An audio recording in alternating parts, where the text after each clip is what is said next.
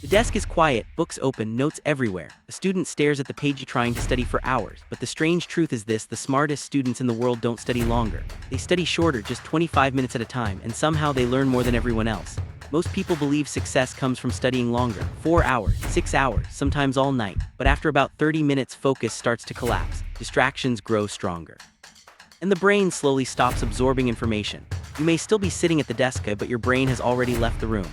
Your brain is powerful, but it has a limit. Neuroscientists discovered something interesting. The brain can focus deeply for only 20-30 minutes. After that, energy drops, mistakes increase. That's why studying for hours can be misleading. But top students use a strategy, the Pomodoro Technique. Study for 25 minutes, then stop.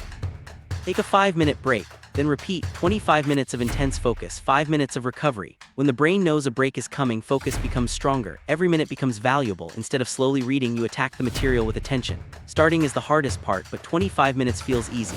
I can do that. So you start, momentum takes over, hours of work get done. Average students measure time, top students measure focus. One 25-minute session can beat hours of distraction.